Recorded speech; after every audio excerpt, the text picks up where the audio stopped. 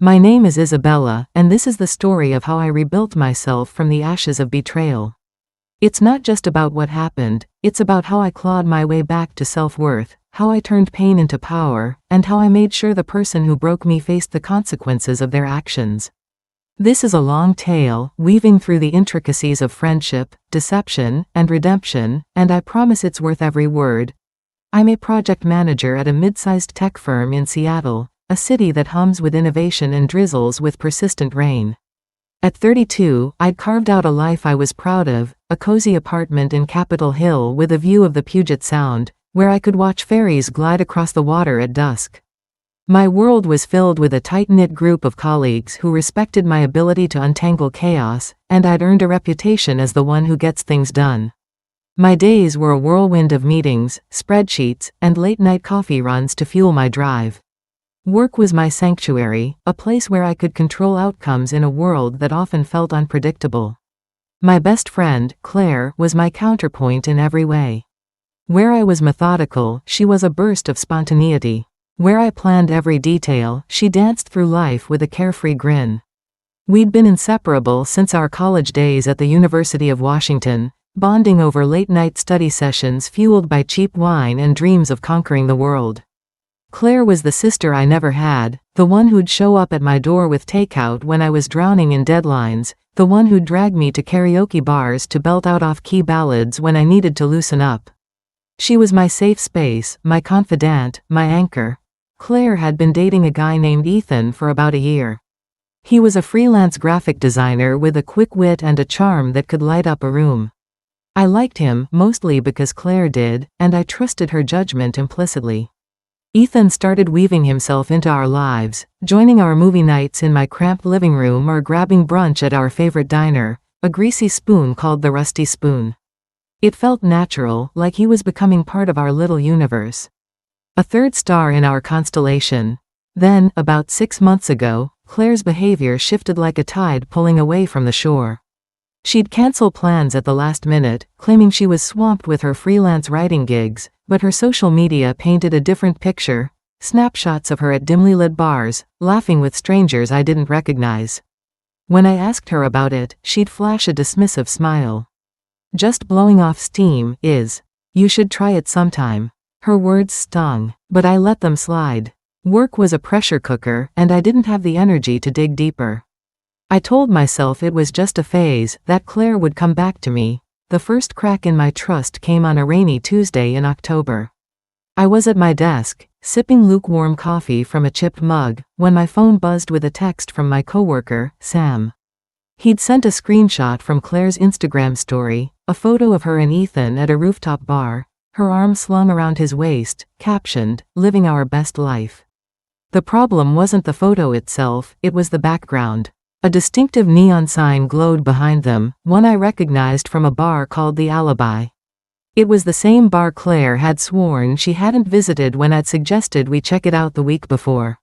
She'd claimed she was too exhausted to go out. It was a small lie, barely a blip in the grand scheme of things, but it gnawed at me like a splinter under my skin.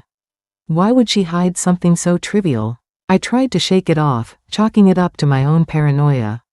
But the seed of doubt had been planted, and it was already taking root. The truth unveiled. The truth crashed into me like a freight train 2 weeks later. It was a Friday night, and I'd just wrapped up a grueling week at work. My team had pulled an all-nighter to meet a client deadline, and I was exhausted but triumphant, riding the high of a job well done. I decided to treat myself to dinner at my favorite Italian restaurant, a tiny gem called La Dolce Vita, where the gnocchi was soft as clouds and the wine was always just right. I was halfway through my plate, savoring the moment, when I saw them. Claire and Ethan, tucked into a corner booth, their heads bent close together like conspirators. At first, I smiled, ready to wave them over, my heart warmed by the sight of my best friend. But then I noticed the details, the way Claire's hand rested on Ethan's thigh, the way he leaned in to whisper something that made her giggle. It wasn't the casual affection of a couple catching up. It was intimate, secretive, like they were cocooned in a world no one else was invited to enter. My stomach twisted into knots. I set my fork down, my appetite vanishing. I watched them for a moment, hoping I was misreading the situation, that my tired brain was conjuring shadows where there were none. But then Claire glanced around the restaurant, her eyes skimming over me without registering. That's when I knew. She wasn't just hiding date nights. She was hiding something far bigger. I paid my bill and slipped out before they saw me, my hands trembling as I fumbled with my wallet. The walk home was a blur of rain and streetlights, my mind racing faster than my feet could carry me. Claire had been lying to me, but about what? Was she embarrassed to be seen with Ethan? Was she pulling away from our friendship? Or was it something worse, something I couldn't yet name? I didn't sleep that night. Instead, I did what I do best, I investigated. I pulled up Claire's social media, scrolling through months of posts with the precision of a detective. Most were innocuous, selfies with perfect lighting, artsy coffee shots, vague inspirational quotes about living your truth. But then I noticed a pattern. Several photos had comments from a user named @ArtByLila, someone I didn't recognize. The comments were flirty, dripping with heart eyes emojis and inside jokes that felt like a private language. I clicked on @ArtByLila's profile and felt my heart stop. It was Ethan's art account. I recognized his style immediately, bold, colorful illustrations he'd shown us during game nights, his pride evident in every stroke. But the posts on this account were different from his main one, which was polished and professional. These were personal, almost confessional. Sketches of Claire laughing, poems about my muse, photos of them together in places I'd never heard her mention. One post, dated 3 months ago, was a drawing of Claire mid-laugh captioned, "She's my everything, even if the world can't know yet." The world can't know yet. I sat back, my laptop screen casting a cold glow across my darkened apartment. Claire wasn't just lying about where she was. She was hiding an entire relationship, or at least the depth of it. But why? Why keep it from me, her best friend? The answer hit me like a slap, because there was something to hide, something that would unravel everything if it came to light. Seeking clarity the next morning, I called my older sister, Maria, who's always been my voice of reason, the one who could cut through my overthinking with a single question. Over coffee at a cafe near her place in Fremont. I spilled everything, Claire's secrecy, the Instagram posts, the dinner I'd witnessed. Maria listened, her brow furrowed, her latte growing cold as I talked. When I finished, she asked the question I'd been dodging like a coward. Is it possible Claire's hiding something bigger than a relationship? Like, maybe she's not just keeping Ethan a secret. Maybe there's someone else involved. I froze, my coffee cup halfway to my lips. You think she's cheating on Ethan? Maria shrugged, her expression grim. Or Ethan's cheating on someone with her. You said they're acting sneaky. That's not how people in a happy, open relationship behave. It's how people act when they're hiding something ugly. I didn't want to believe it, but Maria's words stuck with me like burrs. I spent the next few days digging deeper, my project manager brain kicking into overdrive. I cross-referenced Claire's posts with Ethan's, looking for discrepancies in dates, locations, anything that didn't add up. I checked tagged locations, mutual followers, even the backgrounds of their photos for clues. And then, on a whim, I searched Ethan's main Instagram account, the one he used for professional networking, not his secret art persona. That's when I found it, a photo from a year ago, before Claire started dating him. Ethan was at a gallery opening, his arm around a woman with long dark hair and a radiant smile that could have lit up the room. The caption read, "Couldn't do this without my rock. Vanessa, #partner in crime. Vanessa." I clicked on her tagged profile and stepped into a living, breathing nightmare. Vanessa was Ethan's fiancée. Her account was a love letter to their life together, photos of vacations in Hawaii, Thanksgivings with their families, even a recent post about their upcoming wedding, set for next spring. The details were meticulous, a rustic venue in the Cascades, a dress she'd spent months designing, a love story she believed was forever. I felt sick, bile rising in my throat. Claire, my best friend, was dating a man who was engaged to someone else. And she knew. She had to know. The secrecy, the lies, the way she'd been dodging me, it all clicked into place like a puzzle I wished I'd never solved. Claire wasn't just betraying me. She was complicit in betraying another woman, someone who had no idea her life was being dismantled piece by piece. The betrayal cut deeper than I can describe. Claire wasn't just my friend, she was my family, the one I'd chosen over blood. We'd shared everything. Heartbreaks over failed relationships, triumphs like my first big promotion, secrets I'd never told anyone else. To know she'd been lying to me, using me as a cover while she carried on with Ethan, was like losing a piece of myself. I cried for days, locking myself in my apartment, ignoring calls from work and texts from friends. The grief was a physical weight, pressing down on my chest until I could barely breathe. The anger came later, a slow burn that replaced the tears. I wasn't just hurt, I was furious. Furious at Claire for breaking our bond, at Ethan for playing two women like pieces on a chessboard, at myself for not seeing it sooner. I could have confronted Claire. I could have called her, screamed, demanded answers. But that wouldn't be enough. She'd betrayed me, yes, but she'd also betrayed Vanessa, a woman who deserved to know the truth. And Ethan? He was the architect of this mess, building a house of lies while planning a wedding. They both needed to face consequences, not just for me, but for the lives they'd upended. That's when I decided to get revenge. Not the kind that leaves scars or breaks laws, but the kind that exposes truth and lets karma do the heavy lifting. I wanted Claire and Ethan to feel the weight of their choices, to lose the things they valued most, their reputations, their relationships, their carefully curated lies. I wanted them to look in the mirror and see the cost of their deceit. My plan took shape over weeks, each step as meticulous as a project timeline I'd build for work. First, I needed proof, something more concrete than my own observations. I already had screenshots of Ethan's at Art by Lila account, but I wanted a fortress of evidence, something undeniable. I created a burner Instagram account with a generic name and a stock photo profile picture, following Claire, Ethan, and Vanessa, liking posts to blend in like just another follower. I saved every incriminating photo, comment, and story, building a digital paper trail of their affair that could withstand any denial. Next, I needed to understand Vanessa, to know the woman whose life I was about to upend. Her Instagram showed a woman who was kind, ambitious, and deeply in love. She was a wedding planner, ironically, and her posts were filled with details about her clients' dream days, floral arrangements, custom cakes, vows that made her cry. I found her business website and learned she was hosting a bridal expo in December. A high-profile event where she'd showcase her services to hundreds of couples and vendors. It was the perfect stage, a public arena where the truth could shine. My revenge hinged on exposing Claire and Ethan without implicating myself. I couldn't just send Vanessa the screenshots, she might dismiss them as fake or confront Ethan privately, letting him spin another lie. I needed the truth to hit publicly, where neither of them could hide, where their facades would crumble under the weight of scrutiny. I decided to use the bridal expo as my battleground. Vanessa's website listed a submission form for vendors wanting to participate. I posed as a freelance photographer, using a fake name, Lila Bennett, a nod to Ethan's secret account, and a polished portfolio I cobbled together from stock images and a few Photoshop tweaks. I pitched a love story photo exhibit, promising to capture candid moments of couples at the expo.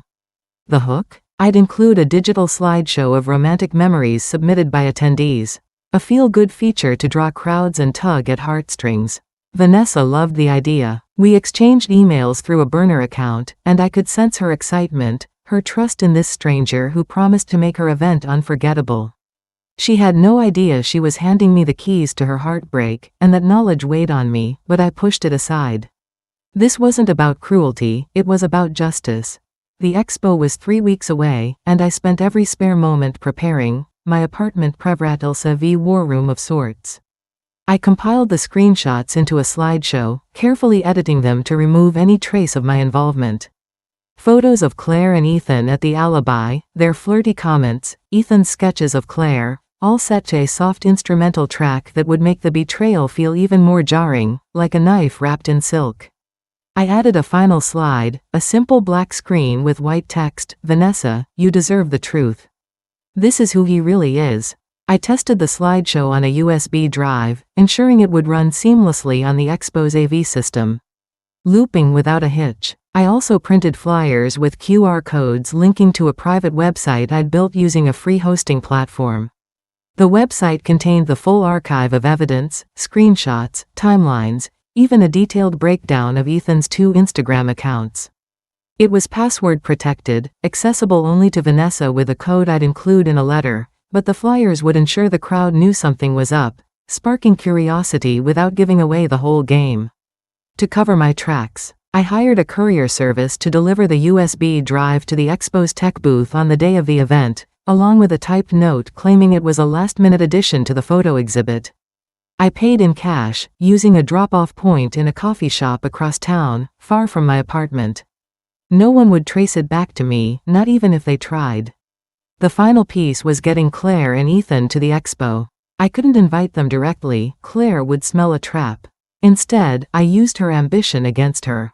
I knew she'd been pitching an article about Seattle's wedding industry for a local lifestyle magazine, hoping to break into bigger publications. I sent an anonymous tip to her editor through a throwaway email, suggesting she cover the Brenewsdale Expo as a must-see event for her piece. I included a press pass request, knowing Claire would jump at the chance to mingle with vendors, collect quotes, and boost her byline. Ethan, ever the supportive boyfriend, would likely tag along, basking in the glow of her success. The day of the expo, I didn't attend.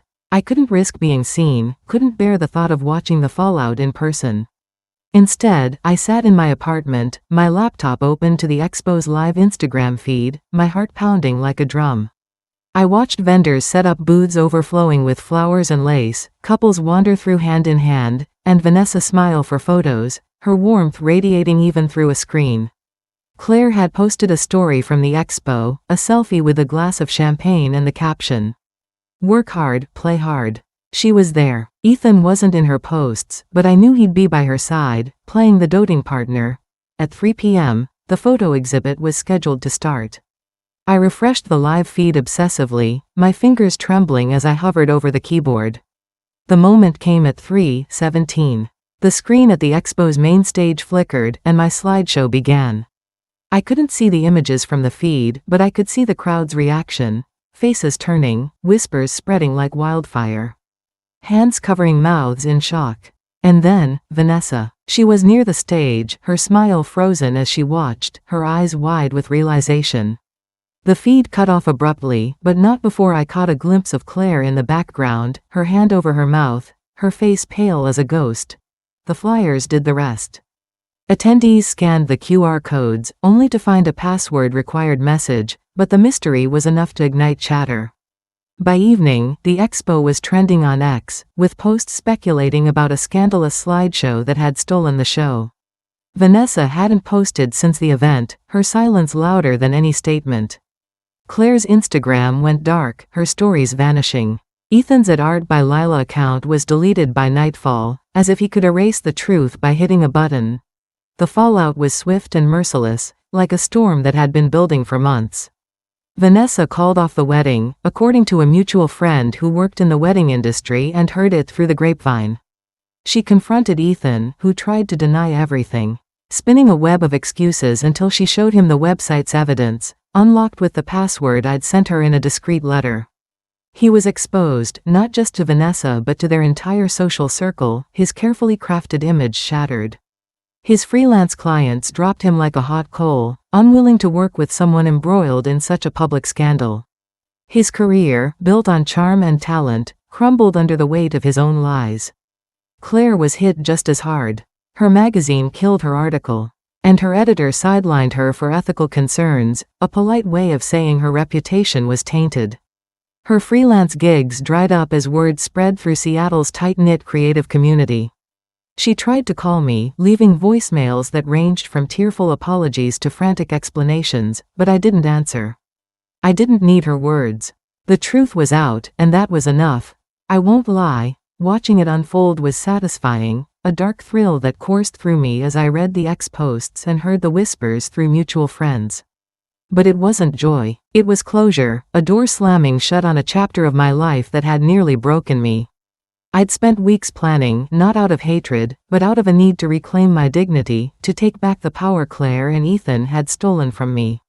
Their betrayal had shattered my trust, but it also taught me something profound. I was stronger than I thought. I could rebuild, not just my life, but my sense of self. It's been 3 months since the expo, and I'm still finding my footing, but the ground feels firmer every day. I've started therapy, working through the pain of losing Claire, unpacking the layers of grief and anger that still linger. My therapist says betrayal is like a fracture. It heals, but you have to give it time and care. I'm learning to do that, to be gentle with myself as I rebuild. I've also reconnected with old friends, people I'd neglected while Claire was the center of my world. There's Sam, my coworker who sent me that first screenshot, who's become a surprisingly good hiking buddy, dragging me up trails in the Cascades on weekends. There's Priya, a college friend who's now a chef, who invites me to her pop-up dinners and makes me laugh until my sides ache. My world is expanding, filling with new faces and old ones I'd forgotten how much I loved. Work is better than ever. My team landed a major client last week, a tech startup with big dreams and a bigger budget. And I'm up for a promotion to senior project manager.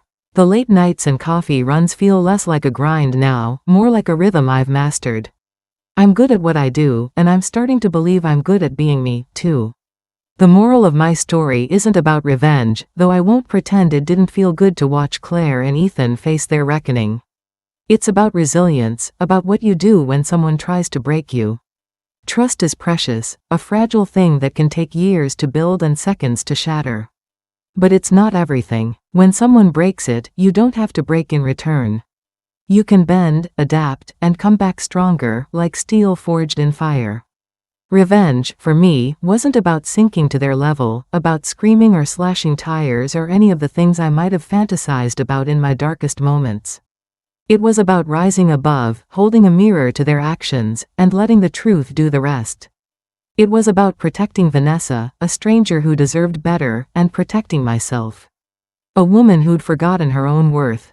I'm Isabella, and I'm not just surviving. I'm thriving. My apartment still overlooks the Puget Sound, but now I spend my evenings on the balcony, watching the ferries and dreaming of new adventures. My heart is scarred, but it's beating, and it's mine. I've learned that betrayal doesn't define you, it's what you build from the wreckage that does. And I'm building something beautiful.